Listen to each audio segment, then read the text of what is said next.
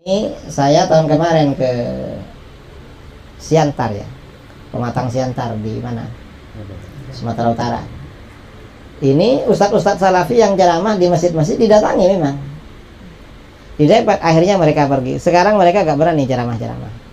Ini kalau yang di Duri gak didatangi, kalian ya santai-santai aja, tambah ramai nanti Ustadz Wahabi di Duri. Tapi kalau didatangi, apalagi suruh pergi seperti Firanda di Aceh, akhirnya gak datang lagi. Datang-datang kawin sama orang Aceh.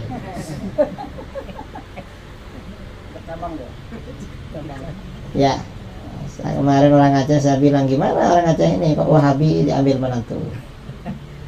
Yang aswaja banyak ini.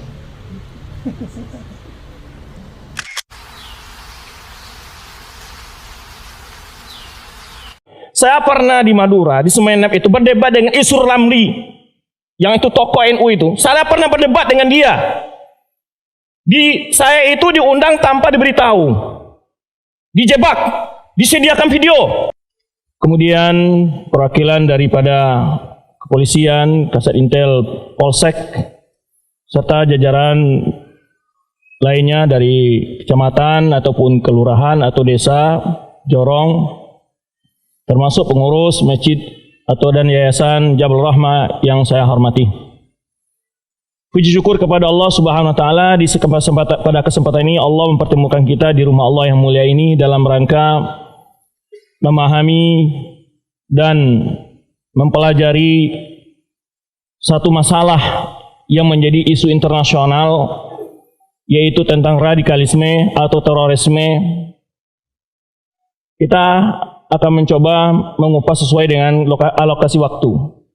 Sebetulnya pembahasan ini telah saya bahas di puluhan kota, di Sumatera, Kalimantan, Sulawesi, Jawa, termasuk Nusa Tenggara. Kita sudah bahas ini dari tahun 2010 saya membahas ini.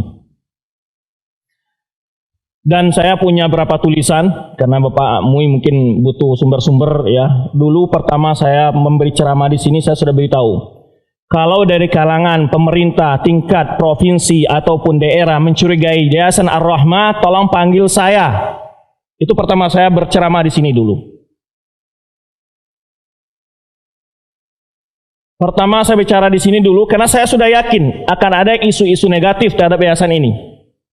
Dan saya bilang, jika ada apa-apa dengan Yayasan Ar-Rahmah mencurigai paham dan segala macamnya, tolong dikonfirmasi. Termasuk ustaz-ustaznya di sini konfirmasi. Panggil ustaz-ustaznya, apa pahamnya kamu ajarkan di sana? Kami mendengar begini. Jangan hanya menerima isu dari sebelah. Kecil orang jangan mematok cie dan mata lingo sebelah. Ya, kamu udah bisa banyak bahasa Minang kali batu ditegur kemarin di Solo, nggak boleh baca bahasa Minang karena kita live. Ya, lihat TV. Sebenarnya mau candu bahasa Minang karena lama udah bahasa Minang. Karena bahasa Minang tuh bisa bila pulang kampung. Kalau nggak pulang kampung nggak bisa bahasa Minang. Jadi itu saya katakan, kita kalau ada hal-hal orang menginformasi tentang si fulan tuh begini atau yayasan itu begini, sekolah ini, cek langsung ke sini. Yang anehnya memang gini, kenyataan di mana-mana. Yang menuduh itu tidak pernah muncul ke tempat ini sebetulnya itu. Tidak pernah dengar itu. Saya punya banyak yayasan Pak se-Indonesia. Dituduh macam-macam. Saya katakan, pernah nggak datang ke tempat itu Anda mendengar kajiannya? Kalau Anda curiga tentang saya, ambil di YouTube itu banyak kajian saya, tulisan saya banyak. Saya pernah nulis tentang ISIS, sebab munculnya terorisme dan penangkalannya, segi-segi pelanggaran terorisme terhadap syariat Islam, ISIS dalam pandangan akidah Ahlussunnah wal Jamaah, kemudian pandangan politik Ahlussunnah terhadap penguasa. Kan kita dituduh ini anti penguasa. Saya kupas itu. Kemudian apa itu Wahabi, dan kan sering juga dituduh ini itu Jabal Rahmah aliran Wahabi. Kemudian juga terakhir saya tulis, itu jurnal resmi, bisa dicari di internet, di jurnal ISTIDI Imam Syafi'i. Terakhir adalah klarifikasi Syekh Muhammad Wahab terhadap tuduhan-tuduhan di masanya yang pada hari ini masih dikembangkan tuduhan-tuduhan itu, sudah itu dijelas dan dijawab. Dan saya juga pernah kumpul dengan Bakas Wampol, Pak, sama dengan tuduhan itu, tuduhan-tuduhan yang nggak jelas itu. Saya bawa itu makalah-makalah saya dan rekaman video saya tantang. Ini Pak, ini bukti bagaimana kami itu radikalisme atau tidak. Pak Kiai yang menuduh saya sebagai radikalisme, tolong tunjukkan satu tulisannya atau satu ceramahnya. Satu tulisan tuh ceramahnya yang membahas tentang kesesatan terorisme radikal sampai ke akar-akarnya, bukan sekadar ngomong sesat-sesat, tapi tidak menjelaskan apa di mana sesatnya. Dan saya katakan, dan beberapa kali di berbagai media saya katakan, tidak ada dakwah yang benar-benar menghadapi terorisme radikalisme dari dakwah yang kita bawa. Lihat TV Roja itu pada umum apa isinya, radio dan seterusnya, boleh dilihat. Tidak ada sedikit pun kita memmotivasi. Demonstrasi aja kita tidak bolehkan. Demonstrasi kita tidak bolehkan itu. Kok itu radikalisme? Nah, sebetulnya, dan sering ambo sawikan, sebetulnya bukan khilaf pendapat, tapi khilaf pendapatan. Turun pendapatan, Pak. Kalau orang kanai tahu dan kebenaran itu turun pendapatan. Yang masalah begitu. Menurut informasi tadi dari salah seorang pengurus yayasan, karena sekolah kita ini bermutu, lalu sekolah-sekolah lain anak-anak yang juara masuk ke sini, akhirnya mereka kurang murid. Ini yang bikin cemburu sebetulnya. Ini memang kesalahan Yayasan Ar-Rahmah ini. Kenapa skalanya bermutu? Itu salahnya. Salahnya di situ, Pak. Di mana-mana begitu. Saya pernah di Madura, di Semenep itu berdebat dengan Isur Lamli, yang itu tokoh NU itu. Saya pernah berdebat dengan dia. Saya itu diundang tanpa diberitahu, dijebak, disediakan video. Sampai sekarang nggak berani menyebarkan videonya, Pak. Nggak berani menyebarkan videonya karena saya bantah semua tuduhan-tuduhan fitnah dia. Nggak pernah berani menyebarkan videonya. Tuduhan-tuduhan ini nggak ada bukti sebetulnya. Suka mengkafirkan, memang mudah mengkafirkan orang. Nggak mudah itu. Sebagaimana Pak Mui tadi menjelaskan, nggak boleh menyesatkan orang itu nggak mudah. Kalau tidak sesat, Anda yang lebih dahulu ditarik ke neraka itu, dipendak pertanggungjawaban di hadapan Allah Subhanahu Wa Taala.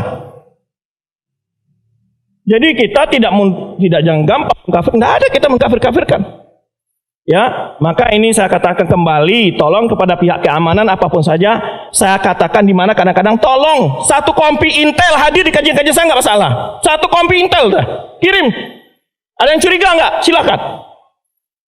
Saya katakan nggak ada, kita ini terbuka, nggak ada tertutup. Bahkan setiap kajian ini saya tanya tadi ke pengurus, dia undang nggak? Pejabat-pejabat undang Ustaz, termasuk Kemenak, tapi nggak pernah datang. Loh, gimana caranya? Datang ke sini, dengar pengajiannya, rekam, ada yang salah, panggil si penceramah itu. Oh, ini salah kajian kamu ini. Gitu. Gentleman, jangan fitnah-fitnah.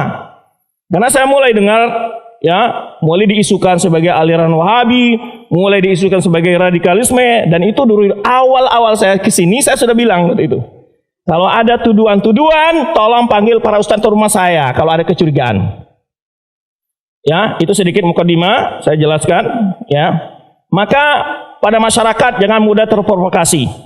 Jangan mudah terprovokasi dengan tuduhan-tuduhan itu. Apa yang kita ajarkan sini, Bapak-bapak lihat sendiri dalilnya apa, perkataan siapa. Ya, kita tidak pernah mengajak ke ormas tertentu, aliran tertentu, tidak ada. Kita mengajak kepada Al-Quran dan Sunnah sesuai pemahaman para sahabat. Itu selesai.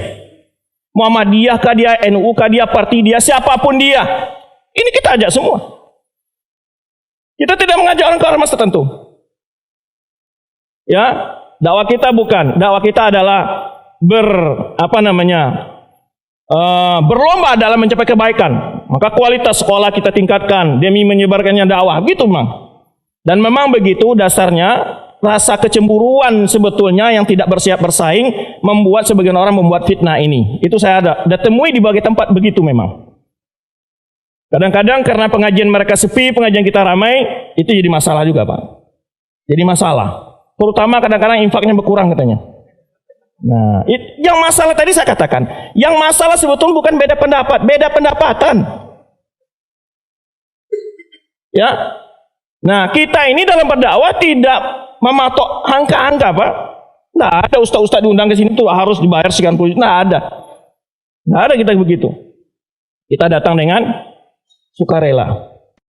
Allah